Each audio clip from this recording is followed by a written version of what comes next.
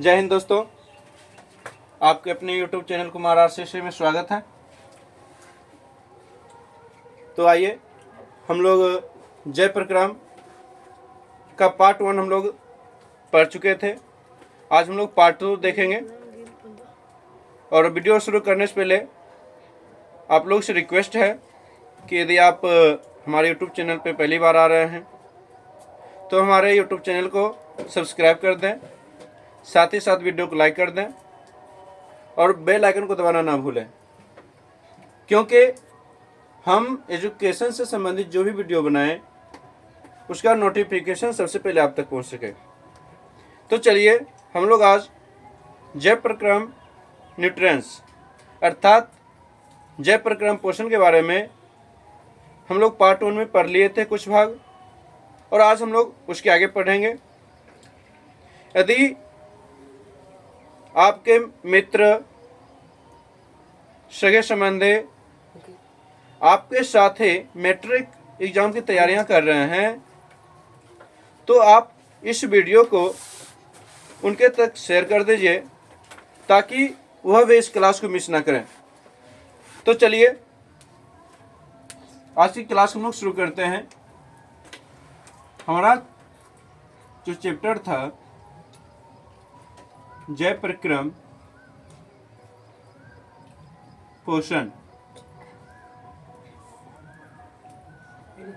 इसके बारे में हम लोगों ने पार्ट 1 में पढ़ चुके थे। आज हम लोग देखते हैं कि पोषण कितने प्रकार के होते हैं। पोषण के प्रकार, पोषण 2 प्रकार के होते हैं। एक होता है स्वपोषण, एक होता है स्वपोषण, दूसरा होता है परपोषण। अब हम लोग ये समझेंगे कि स्वपोषण जो है एक हमारा जो शब्द आया है पोषण की विधि, और परपोषण जो हमारे पोषण की एक विधि है, ये बना कहाँ से है, आखिर ये आया कहाँ से है। तो ये ग्रीक भाषा के 2 शब्द से मिलकर बना हुआ है। ये ग्रीक भाषा के 2 शब्द से मिलकर बना हुआ है। पहला शब्द हमारा आता है ऑटो, दूसरा शब्द आता है ट्रॉफ। ऑटो का अर्थ होता है स्वयं, स्वतः या फिर खुद, जबकि ट्रॉफ का अर्थ होता है पोषण। क्या होता है? पोषण। ठीक उसी प्रकार जो हमारा परपोषण होता है, क्या होता है? परपोषण होता है। यह परपोषण भी 2 ग्रीक शब्द से मिलकर बना हुआ है। एक आता है हेटेरो, दूसरा आता है ट्रॉफ। हमारी आवाज आप तक क्लियर पहुंच रही है या नहीं पहुंच रही है, आप इसे कमेंट में बताते रहें ताकि हम अपनी वॉइस को सही से बदल सके, चेंज कर सके, जिससे आपको सुनने में स्पष्ट हो सके। तो चलिए हम लोग इसको समझते हैं कि जो हेटेरो हमारा जो शब्द है, हेटेरो का अर्थ क्या होता है। तो हेटेरो का अर्थ होता है दूसरा। हेटेरो का अर्थ क्या होता है? दूसरा या पर या फिर विषम। क्या होता है? विषम या अन्य हम लोग कह सकते हैं, अन्य। जबकि जो ट्रॉफ होता है, ट्रॉफ का अर्थ होता है पोषण। क्या होता है? पोषण। तो हमारी समझ से आप इन सारी चीजों को देखकर, यहाँ जो शब्द लिखा गया है, इनको देखकर, इनको पहचान करके आप स्वपोषण और परपोषण की परिभाषा अच्छी तरह से दे सकते हैं। और आप यदि इन चीज़ों को समझ जा रहे हैं तो आपको रटने की आवश्यकता नहीं है। आप जब सोए हुए अवस्था में रहते हैं तब पर भी आप इसको आराम से, आसान से और सिंपल भाषा में इसका डेफिनेशन आप दे सकते हैं। और आपको बोर्ड एग्जाम में किसी भी तरह की परेशानियां नहीं होने वाली है। आप सिर्फ मेरे साथ शुरू से अंत तक जुड़े रहें और हमारे जो पढ़ाने के जो पैटर्न है उसको आप फॉलो करें और क्लास बाय क्लास नोट तैयार करते चलें और उस नोट को समझने के उपरांत रिवीजन करते रहें। रिवीजन से क्या होता है कि यदि हम जिन सारे बातों को या फिर जिन सवालों को, जिन प्रश्नों को आज से 10 दिन पहले भी हम देख चुके हैं, पढ़ चुके हैं, उसको हम फिर नहीं भूल पाते हैं। इससे क्या होता है कि हमारा जो रिवीजन होता है, रिवीजन करने से हमारा बैकग्राउंड क्या होता है, मजबूत रहता है और जो हमारी तैयारी चल रही है वो काफ़ी स्ट्रांग हो जाता है। यह हम देखते हैं कि कुछ बच्चे कमेंट में करते हैं कि सर हम पढ़ते तो हैं, याद तो करते हैं, लेकिन भूल जाते हैं। भूलना हर इंसान की बात है, हर इंसान हर एक चीज़ को भूलते हैं। यदि नहीं भूलेगा तो ये जो हमारे मस्तिष्क है ब्लास्ट हो सकती है। इसलिए भूलना हर एक इंसान की फितरत में होती है। तो हमें जो हम पढ़ रहे हैं, जो पढ़ लिख रहे हैं, याद कर रहे हैं, वो लंबे समय तक कैसे बना रहे, कैसे याद रहे, उस पैटर्न को हम लोग आज थोड़ा समझ लेते हैं। फिर हम लोग क्लास शुरुआत करेंगे। यदि आज हम जिस पॉइंट को पढ़े हैं, आज रात हम जिसको पढ़े हैं, हम रात्र मात्र 2 क्वेश्चन याद कर लिए, क्वेश्चन आंसर याद कर लिए 2। उसके बाद हम लोग क्या करते हैं, हाथ मुंह को अच्छी तरह धोकर खाना खा लेना है। खाना खाने के उपरांत यदि आप 2-4-5 मिनट टहलना चाहते हैं तो टहल लीजिए। और जब आप पूर्ण रूपेण सोने के लिए जाते हैं तो उस दौरान आप फ़ोन चलाना पूर्ण रूप से बंद कर दीजिए। फ़ोन को बंद कर दीजिए और आपने जो नोट्स बनाए हैं या फिर आप फ़ोन के माध्यम से क्लास जो कर रहे हैं उस क्लास को आप देख सकते हैं। आप इंस्टाग्राम, व्हाट्सएप, फेसबुक या फिर बहुत सारे तरह के गेम आ चुके हैं, फ्री फायर, पबजी, कस्टम, इन सारों से दूर हो जाइए। होता क्या है कि जब आप सोने के लिए जाते हैं तो ये जो हमारे मस्तिष्क का जो शटर होता है डाउन होते रहता है। क्या होता है, धीरे धीरे डाउन होने लगती है।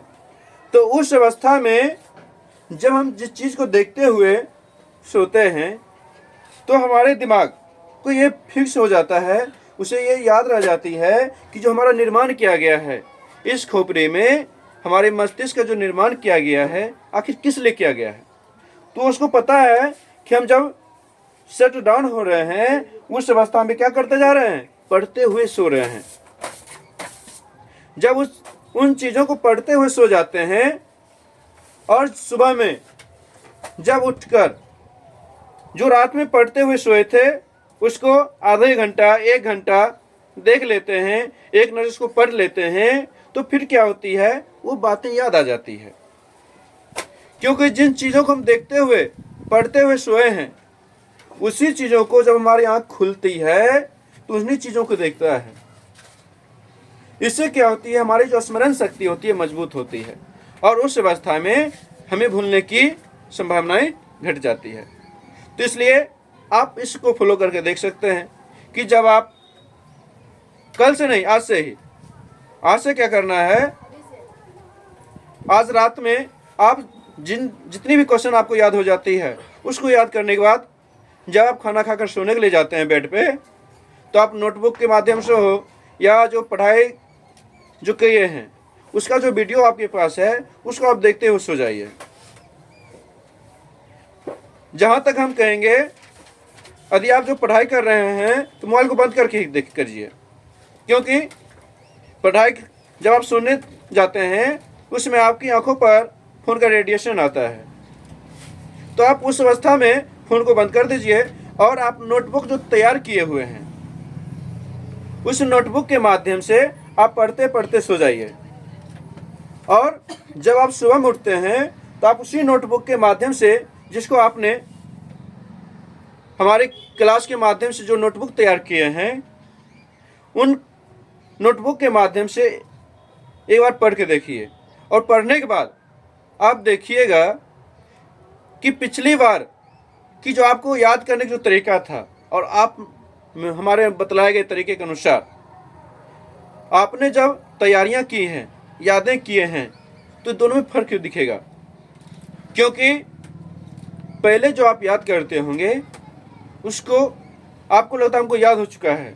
जब आप क्लास में जाते होंगे, आपको वर्ग शिक्षक पूछते होंगे, तो उस अवस्था में आप कन्फ्यूजन हो जाते होंगे, भूल जाते होंगे।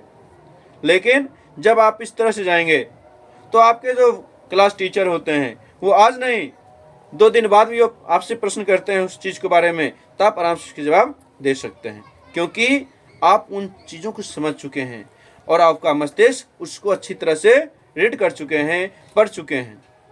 तो आप इसको फॉलो कीजिए। तो चलिए क्लास शुरू करते हैं, आगे बढ़ते हैं। तो हम लोग देखते हैं स्वपोषण। तो हम लोग स्वपोषण के बारे में देख रहे थे कि हम देख सकते हैं कि कहता है वैसा जीव जो अपना भोजन स्वयं प्राप्त करता हो, जो अपने पोषण के लिए किसी दूसरे जीवों पर निर्भर नहीं रहता हो, अर्थात स्वयं प्राप्त करता हो, स्वतः बनाता हो या फिर खुद बना लेता हो, खुद तैयार कर लेता हो, उसे जीवों को हम लोग क्या कहेंगे? स्वपोषण कहेंगे। क्या कहेंगे? स्वपोषण कहेंगे। अब हम बात करते हैं स्वपोषण के अंतर्गत कौन आता है। स्वपोषण के अंतर्गत जितने भी प्रकार के हरे पेड़ पौधे होते हैं वो सभी आते हैं, जो प्रकाश संश्लेषण के माध्यम से अपना भोजन तैयार करते हैं। लेकिन परपोषण में क्या होता है कि जब भी कोई जीव अपने भोजन के लिए, अपने पोषण के लिए किसी दूसरे जीवों पर आश्रित रहता है, किसी दूसरे जीवों पर निर्भर रहना पड़ता है ना, अपना भोजन स्वयं नहीं प्राप्त करता है, ना ही बनाता है, या फिर अन्य जीव से प्राप्त करता है ना, उसे हम लोग क्या कहेंगे? परपोषण कहेंगे। जैसे उदाहरण के अनुसार समझेंगे, हम लोग क्या हैं? हम लोग परपोषी हैं। हम लोग में परपोषण की क्रिया होती है, क्योंकि हम लोग अपने भोजन के लिए, अपने पोषण के लिए पेड़ पौधे पर आश्रित होते हैं या फिर किसी न किसी दूसरे जीव जंतु पर निर्भर रहते हैं। हम जो अनाज खाते हैं, हम जो फल खाते हैं, वो कहाँ से मिलता है? किसी न किसी दूसरे जीव से मिलता है, किसी न किसी दूसरे पौधे से मिलता है। हम अपना भोजन स्वयं नहीं तैयार करते हैं, इसलिए हम लोग क्या हुए? परपोषी हुए, परपोषण का उदाहरण हुए। तो समझते हैं, परिभाषा लिखते हैं।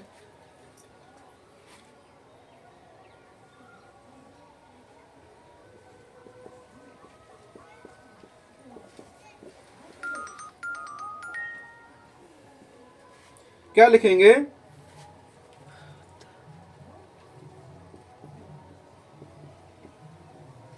पोषण की वह विधि, पोषण की वह विधि जिसमें कोई भी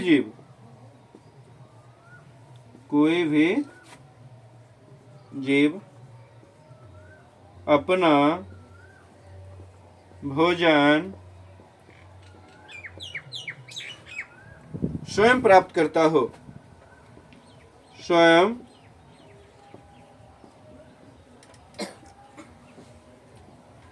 प्राप्त करता हो या बनाता हो,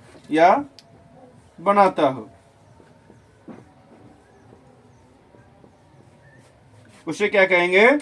स्वपोषण कहेंगे। क्या कहेंगे? स्वपोषण। स्वपोषण कहलाता है। क्या कहलाता है? स्वपोषण कहलाता है। चलिए एग्जाम्पल देखते हैं।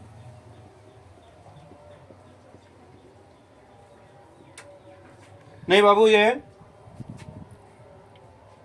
हिंदी मीडियम की क्लास है, इंग्लिश मीडियम का ये नहीं है। जैसे हरे, पेड़ पौधा, हरे पेड़ पौधा। चलिए यहाँ तक क्लियर है। अब हम लोग प्रपोर्शन की परिभाषा लिख सकते हैं। चलिए बढ़ते आगे।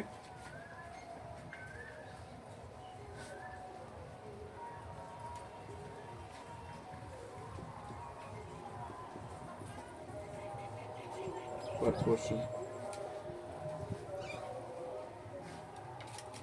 कह सकते हैं पोषण की वह विधि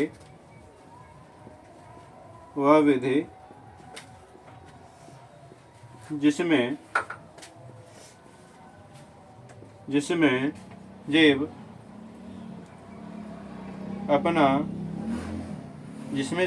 अपना भोजन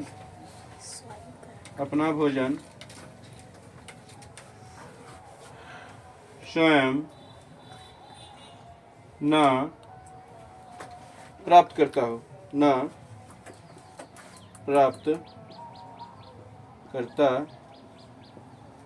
हो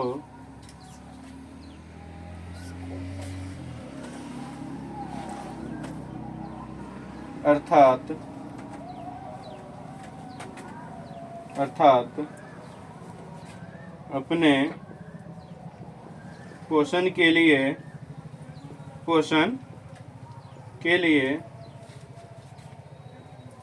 किसी दूसरे जीवों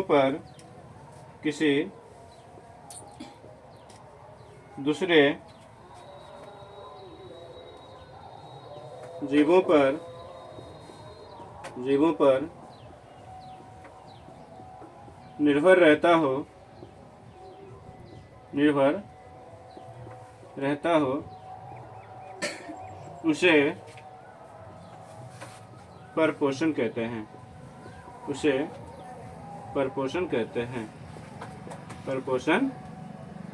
हैं। ठीक है। अब हम लोग क्या करते हैं, एग्जाम्पल के माध्यम से समझते हैं। जैसे मनुष्य, पशु, पक्षी एवं अन्य परजीवी आदि।